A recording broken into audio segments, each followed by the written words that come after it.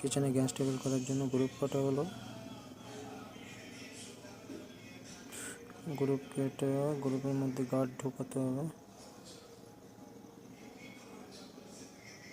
Black stone দিয়ে guard করে গার্ডের মাঝখানে একটা তাক করে দিলাম।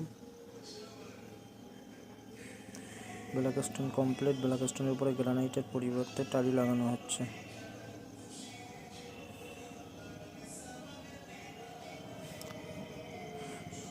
টালি লাগানো প্রায় কমপ্লিটের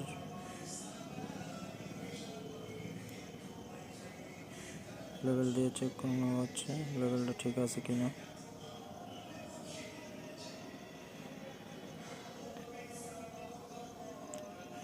সাইডটা ব্ল্যাক স্টোনটাকে গার্ড করে দেওয়া হচ্ছে সাইডে।